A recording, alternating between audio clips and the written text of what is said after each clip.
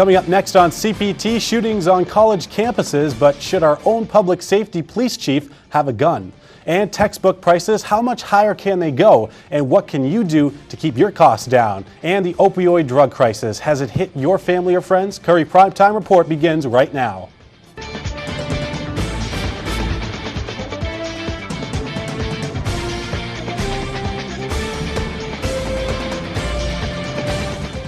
Hello and welcome to Curry Primetime Update on CC8. I'm Kyle Coppola. Let's get right to the stories making news this semester. Curry has started its fall semester with 2 reported sexual assaults. The most recent assault alleged took place on October 24th, and according to the Dean of Students' Office, a Curry student was approached in a residence hall and the assailant acted in an inappropriate sexual manner. He was later arrested and arraigned. According to the Dean's Office, the offender knew the victim. This comes on the heels of another reported assault at the beginning of the school year. In that incident, the victim says she was approached by 2 unknown men who fondled her. It happened near the North Campus residence hall, but no arrests were ever made. We took to campus and asked students if they feel safe from sexual assaults on campus. I think given the circumstances, PS is doing whatever they can because it's a small group of them versus 3,000 students roughly. So they do a lot given the circumstances, and there really isn't much else they can do to change anything. I know them personally. I can say that they're all great individuals. There is areas of improvement, I think, that should be addressed. Public safety does a pretty good job, keeping up their appearances and stuff like that.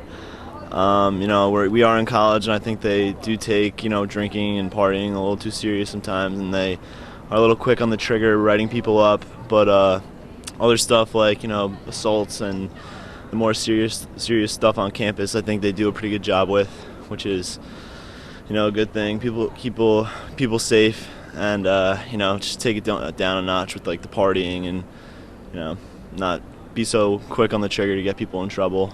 It's unfortunate that sexual assaults happen, but at the same time, public safety, I feel like they try their best to find out who it is and try to get information so this situation doesn't happen again. But other than that, they've been doing a pretty good job. As I said, I'm new. I started in August, so I'm not as aware of public safety's actions on campus as more experienced people are. I work in the library and I get done at midnight, so I see that they're here and they offer rides to people who are leaving. But as I said, I'm really protective, so I offer people, women and men, like both of you, rides in the evening just because I'm super cautious and protective of people. I did hear about the sexual assault on campus, and that's something that does concern me. So honestly, I honestly have never had an issue with being on campus and feeling insecure about anything. I drive everywhere on campus, and I've used the late night shuttle when I was an underclassman a couple of years ago. And the blue light system is really helpful on campus. They're everywhere on campus. If you feel unsafe, just press the blue button and PS can come. It's really not that hard. I think they're doing a good job of making the campus as safe as possible. And being here for 3 years now, I feel completely fine on campus. Personally, I feel safe, because I don't feel like I'm going to be sexually assaulted, but I feel like public safety should have more cars driving around at nighttime, because that's when these sexual assaults tend to be more active. I think public safety does the best they can do. It's very tricky, even though I know they patrol at night, they go around, but sometimes it is difficult to catch someone like that, because they're quick or you're not knowing what's going on. I know last year someone came to someone's rescue, and I've heard stuff at other colleges. But if it gets more serious this year, then public safety will definitely have to step up their game. But for right now, I think they're doing a great job. I mean, I'm a commuter, so I don't really get the full deal with what's going on. I don't get all the information. I hear about it when I come on campus. I think PS is doing the best they can. I respect them. I think that they should be carrying protection just in case they do come across someone in the act of something like this. I don't know, they're good dudes. I feel like they get a bad rap for the most part, but they're just doing their job, They kind of seem lackadaisical and more worried about giving tickets out, honestly. I think that precautions around campus, like people getting in and out of campus a lot, like civilians and stuff like that. You see civilians walking around campus a lot, and I think that's some students may seem that as okay, but like as a woman, like walking around by myself, like I wouldn't see that as okay if someone random was walking around near me, and I would feel like I always need to talk on the phone or talk to my mom while I'm walking around campus to make sure that I'm safe. Curry College has recently given a grant to some of the school's guidance counselors to create a student bystander intervention organization that is aimed at preventing sexual assaults on campus. The organization is a group of hand-selected students who received extensive training before they were sent around campus to educate fellow students about sexual assaults and to train their classmates on ways sexual assaults can be prevented. Students in the organization work 2 to 4 hours a week and are paid minimum wage. The organization was created in response to the recent reports of sexual assaults on Curry campuses. Another major story this semester has been the rash of college shootings, the killings nationwide. We've all heard about the Oregon shootings and, among others, Arizona and Texas. But could it happen here? As one defense measure this semester, for the first time, our own public safety chief, Brian Greeley, is carrying a gun. CPT's Ashley Cafaro reports. Locked and loaded. This is the only gun legally allowed to be on campus, and it's on the waist of Public Safety Police Chief Brian Greeley, a former state trooper. I was on the state police for 27 years, so I went through my additional training, and I am now carrying a weapon on campus. It comes on the heels of numerous college shootings, including the recent event in Oregon that killed 9 students. And more Curry public safety officers could be getting guns too. We would want them to have sufficient training, going through a complete firearms course and through an academy. Many Curry students say they feel safe on campus and not particularly worried about active shooters. I definitely think that Curry would be prepared. I feel pretty safe on campus at least. But students still feel unsafe that strangers are waved into the front gate in the beginning of campus. Even though this side gate is locked, strangers can still hop over that fence. There's no such thing as a gated community. Someone could still walk in. So we ask our students and our faculty and staff to be part of the process and be part of keeping this campus safe. If you see something, say something. Anything can happen anywhere, so I'm pretty sure they're prepared for it. And your own preparation should be to know where emergency blue lights are located. And if you're in a building, know the floor number and the closest exit. And always report any suspicious activity. It's a terrible thing, obviously. It should never happen to any school. For CPT, I'm Ashley Cafaro reporting. A warning that an active shooter is on campus will come with sirens surrounding both North and South campuses. It is also important that you register your smartphone with public safety so that you'll get text alerts in case of an emergency. An emergency of another kind put a Curry College alumni in the spotlight when he saved a hockey player's life. According to NECN, what started as any normal day at the rink quickly turned into a life and death situation. While playing a pickup hockey game earlier in October in Watertown, Massachusetts, Curry College alum Joe Dawson saw an opposing player collapse, and then he stepped in to provide CPR and get an on-site defibrillator unit on his chest. It saved the player's life, so congrats to Joe Dawson. Students around campus are doing a lot more walking lately due to the end of the day shuttle on campus. CPT's Leverett Ball joins us for more on that story. Leverett? Thanks, Kyle. The Curry shuttle used to transfer students from north to south on campus. CPT took to campus to find out exactly what students think about it ending. I'm a sophomore with a car, so I don't really mind, but as a freshman, I'd be pretty upset. I don't feel like walking in the snow, especially if you have a big winter like we did last winter. Those shuttles are definitely going to come in handy, so I'm going to be upset about that. People pay a lot of money to go to school, and they should have it because it's a decent walk from like 156 to the library. I think that they need the shuttle here, especially in the winter. There's a lot of snow on the sidewalks. So, let's say the sidewalks are not plowed. I mean, how do students get across? You really can't walk on the streets around here. I think that's really unfortunate because it's hard to get around places without a car. I'm not gonna lie, I never took the shuttle. As a freshman, I would be really angry, I'm not gonna lie, because if you wake up a little late for class and you got a class in Kennedy especially, it's like, oh, Bob Saget, how am I gonna get there in time? I don't mind that much. I usually have to walk a lot from one side of the campus to the other, so I'm used to it. I hate walking, so I'm going to have to probably look for a ride or something from someone. You gotta run, if it's raining out, you get all wet, and then by the time you're looking, you're smelling good, you're not smelling good, you're not looking good by the time you get to class. And if you're not looking good, you can't pay attention good because it's, work hard, play hard. If you feel good, you play good. I'm too tired to walk, to be honest. It gets hot out here, it starts snowing, I'm gonna start slipping. I think the shuttle needs to come back. I think it's not cool, but I need to exercise, so I don't mind walking to class. I think if it was back for their benefit, they might, have a better chance at succeeding. Next up, Curry's Student Government Association proposed that it wasn't worth the costly price for the services as students weren't satisfied with the service of the on-campus shuttles and that not many students use them. They tried last year to just have the shuttle here for the cold winter season, but still resulted in not a lot of student usage. So this year, Curry is parting ways with the on-campus shuttle altogether. As for students unable to get to class with a disability, transportation by public safety is an option. Curry's Disability Services Officer, Christopher Kennedy, can be contacted for any student with a disability to work out solutions one-on-one. Reporting for CPT, I'm Leverett Ball. Kyle, over to you. Thanks, Lev. Still ahead on CPT, the drug crisis locally and nationally has it affected your family or friends? Take a closer look, and a local congressman comes to campus. Find out what he thinks about college prices and the U.S. military policy. Curry Primetime Report will be right back.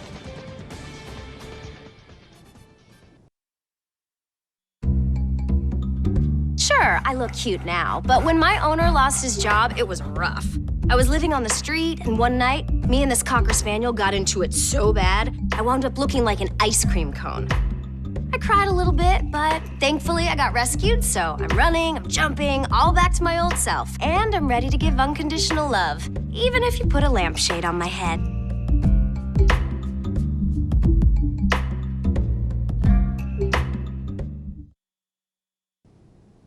Well, if you've ever attended an athletic event at Walter M. Katz Field, you may have noticed something very different. CPT's Nick Foy joins us in studio to explain. Nick? Thank you, Kyle.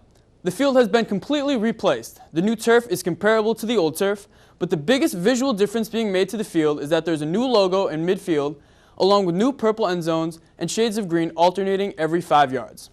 Along with the new turf and color changes, the field has also added a new drainage system. Construction began soon after the final spring regular season games. So far, the fall sports teams seem to love the new turf, as both men's and women's soccer teams have above 500 records with high playoff hopes. The football teams also having an exciting season, having won several games against Nichols and Coast Guard as of this taping. Reporting for CPT, I'm Nick Foy. Kyle, over to you. Nick, we'll see you again for sports a little bit later, but the use of powerful drugs like opioids is sweeping colleges throughout New England. Opioid use is on the rise in Massachusetts, whether you're a college student or not. Students are lured by the prospect of the seemingly relaxed state that the opioids enact.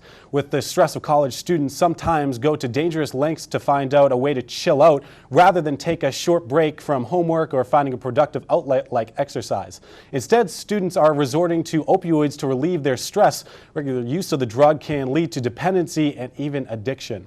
We took to campus to see if students are seeing this trend with their own friends or family. Those are really hard drugs, like being a nursing major, like we learn about it a lot, and people should really try to get the help that they need. I don't agree with drugs, and I just feel that if they want to overcome it, they really can. It's going to be a lot of hard work because it is a disease process. My brother's a drug addict, so he just got out of rehab. He was addicted to painkillers, so like Perks and Oxy, stuff like that. Well, I think we need to do everything we can to help get people off the opioids, including the drugs that they give now that help limit the effect. I think it's something that we need to take control of and fix so more people don't die from it. It's kind of an outrage. I think it's something that the government needs to intervene into. If people choose to use drugs and they choose to use drugs, I just think it's really sad that some people have major issues with it, and I just wish it could be fixed somehow. I think that a lot of states have just been cutting the funding for treatment centers and such, and that's not helpful. I think that you need to support the people and help them get better, or else they will die. I think it's really widespread, and I think that more prevention needs to happen so people stop losing their lives, especially on college campuses, because that's where it's happening a lot. We talked about it in CJ, and like a lot of stuff's going on like college campuses, and there needs to be more prevention. Just don't do it. It's bad for your health. It's bad for your future. You're giving money to people who make you sick and die, which is not good. Give money to charity. That goes to good cause. And just don't do it, man. Their side effects are miserable, and their wretched negative costs far outweighs the brief, chilled nature that these students seek. Governor Charlie Baker announced a legislation that will address the Massachusetts opioid abuse epidemic. It was revealed that Massachusetts had just over 1,000 deaths due to opioid overdose in 2014, with higher estimates for this year. He discussed a campaign that has been launched in June to educate parents. There's been plenty of news on other college campuses around New England, and here to update us on some of those stories is Ryan Gibbons. Thanks, Kyle. Hockey Hall of Famer Ray Bork was honored at Endicott College as they unveiled a formal dedication of their new NCAA Division III ice hockey rink. The rink, named in honor of the former Boston Bruins star, coincided with the men's and women's hockey teams making the jump to Division III status. Bork was also honored for his work as a North Shore community activist. Protests at Emerson College as plans arise to turn the historic Colonial Theater into a dining hall. Colonial Theater is currently Boston's oldest continually running theater, which Emerson bought in 2006. A recent online petition signed by over 4,000 supporters. They have called to save the Colonial, which now only operates for 61 days a year. Westfield State University's WSKB 89.5 will present The War of the Worlds in Western Massachusetts October 30th from 6 to 8 a.m. WSKB and familiar faces around the region will join together to recreate the classic radio show inspired by Orson Welles in 1939. The station will be performing the show live in the studio with real effects and actors. This is a chance to relive what was known as the golden age of radio. And of course, Curry College's own WMLN 91.5 will be playing the original Orson Welles version on Halloween night, so be sure to tune in. In more somber news, there's been an assault on the University of Rhode Island campus, allegedly involving 2 football players. According to police, Barrett Lyons and Michael LeBlanc were arrested following an incident at the Chi Phi fraternity house at around 3 in the morning on October 18th. URI Director of Public Safety Stephen Baker said in a statement that the college is pursuing criminal charges. The fraternity declined to comment. Kyle, back over to you. Thanks, Ryan. A special visitor came to Curry College recently. Congressman Mike Capuano spoke to nearly 70 students from communication and politics and history. He covered a number of subjects, including trying to keep tuition prices lower and his belief that all students should need to serve in the military at some point in their lives. He also said that he was proud of calling himself a politician, pointing out that he didn't agree that the word politician was a bad thing. What would a politician do? Call the media and say, oh, Mrs. Jones hasn't got... Well, get out of bed, go to her house, and try to help. In my definition of the word, a politician gets out of bed, it all helps. Textbook prices. Many students say that they are way too high, but can you do enough to save yourself money? We asked CPT's Ashley Cafaro to find out. According to an online website, edsurge.com, students are spending $1,200 on books yearly nationwide. And Curry College students seem to be fitting in with that average. I spend about $700 on textbooks. I spend $800 on textbooks a year. While the new year is beginning at Curry College, the college bookstore is stocking up the shelves with hundreds of books for the 19 majors Curry offers, and the prices are still high. I just wish we didn't have to spend so much money on textbooks. I wish there was a way to reduce prices on books. Erin Amesto, the manager of the Curry College bookstore, has declined to comment, but CC8 has found some new ways for you to save money when buying textbooks. Online websites like Amazon and Chegg are being used more and more each year when it comes to trying to save money on textbooks. Junior Kate O'Sullivan only uses Chegg to buy her textbooks and says the prices are way cheaper than the bookstore. I love Chegg. I saved so much money when I bought my books there. CC8 also found out that students can use other options, including running books or using ebooks. With these tips and strategies, you will be able to save 20 to 30% off or more when buying your textbooks. For CPT, I'm Ashley Cafaro reporting. Another option may be to share a book with several friends in the class. Still ahead on CPT, Joe Schock will have his winter weather outlook, and we'll take a look at how the fall sports teams did. Stay with us.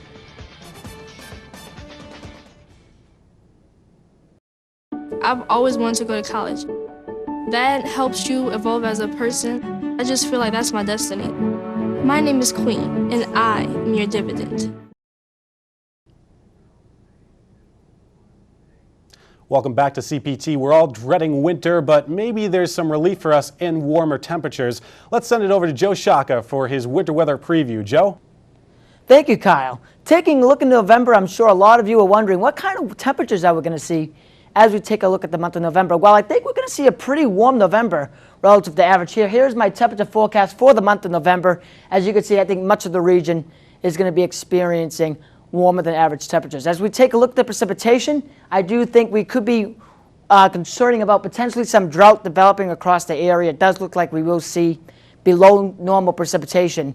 As we move into the month of December, the first month of meteorological winter, I think that there's a chance that we could see very, very warm temperatures across much of the region. As you can see here, illustrated by this map, maybe 3, 4, even 5 degrees Fahrenheit above normal. And as we move into the precipitation field, now this is where it starts getting interesting. Some of the ideas are varying, but I do think if we do see above average precipitation, there is also a chance that we see below average temperatures. So December right now is kind of still up in the air. But as we move into January, I think I have a little bit more confidence in this overall forecast that we will see above average temperatures across much of the region. Again, probably similar to what we're going to probably see this month.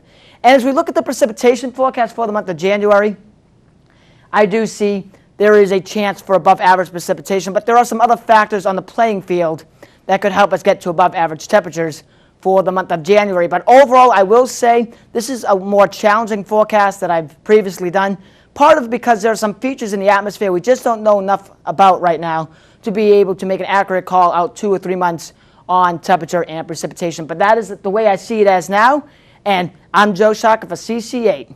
Thanks, Joe. Curry Athletics have had their ups and downs so far. Let's check in with Nick Foy for the latest on our sports teams. Nick? Thank you, Kyle. The football team right now is 3-4 on the season and 2-2 in conference play. After winning the past 2 games, they are in the middle of the standings for the New England Football Conference.